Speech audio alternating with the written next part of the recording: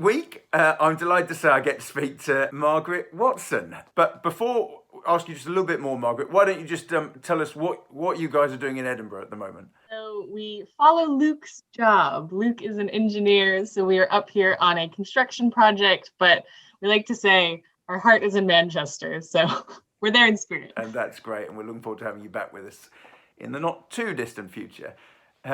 But it would be great to hear a little bit of your story. So why don't you just tell us a little bit, first of all, about how you became a Christian? I can't remember a time when I didn't believe in God.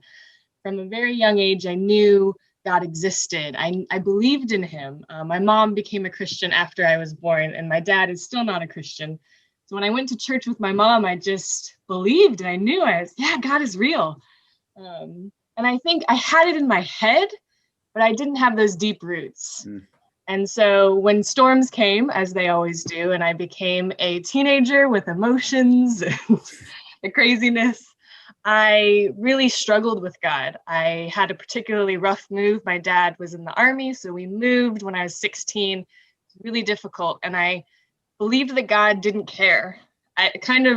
He was there, he's the king. I know that he's in charge, but he doesn't care about me, because if he did, he wouldn't have brought me where he did.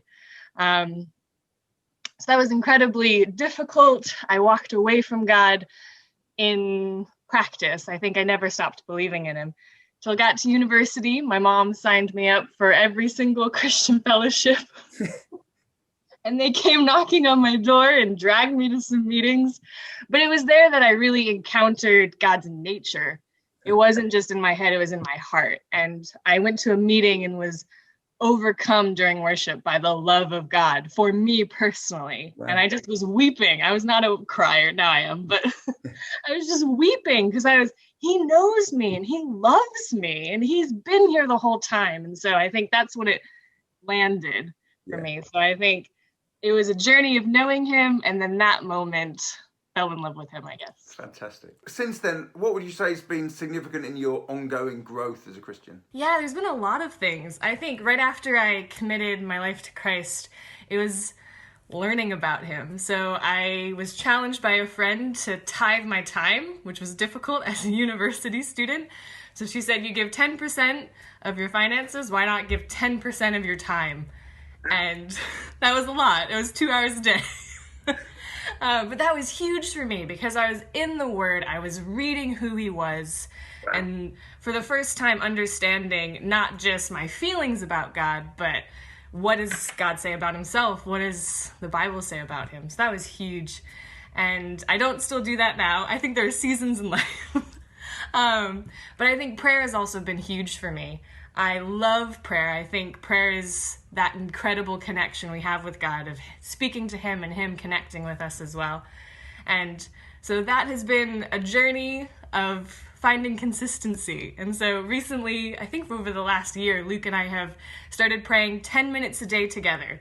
We set a timer just so we do it every day after breakfast. And we pray for different things, but it's that time we know we're going to do it. And at first I was very resistant because I was like, I can't put a timer on prayer, but it helps because everyone has 10 minutes. So sometimes it goes longer, sometimes you just give that space. And I think giving space to God and allowing him to speak has been huge for my walk. Fantastic. That's great.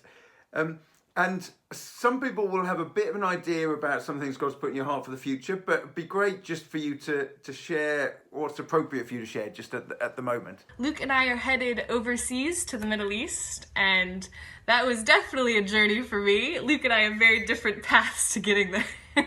I think my journey was very much after committing my life to Christ. Felt like I'd given him everything, but definitely not overseas work. That was for the super Christians. That was for the real spiritual people. Not people like me who were just trying to figure it out. And really clearly, God doesn't always speak clearly to me, but he spoke very clearly and said, this is what I have for you, Margaret. And I think he said that mainly for me because he knew I needed that very no getting out of this. And even then I didn't really listen. I spent a year not acknowledging that, until a speaker came and spoke at our Christian union and said, you're either going to the nations, sending to the nations, or disobeying. And I feel like he's looking at me. There were hundreds of people. He was not looking at me, but I was like, He told you, didn't he? Jesus told you. But I think for me it became about, okay, God, obedience. I just still don't feel qualified, I still don't feel equipped half the time, but we obey what he asks us to do, and he meets us in that space. And I always cling to the fact that in our weakness he is strong. So Luke and I are going to the nations not because we're going to the Middle East not because we're special or we're super Christians, but because we're just obeying. And God's gonna do something great because he's great and he uses broken people. And I'm like, he established his church on Peter, and Peter was a mess. Absolutely. It's exciting for us just to hear a little bit more. And we really appreciate the privilege we have of being able to partner with you. And we're excited to see all that God's going to do as we look forward. So thanks so much for sharing today, Margaret. Thanks for letting me share.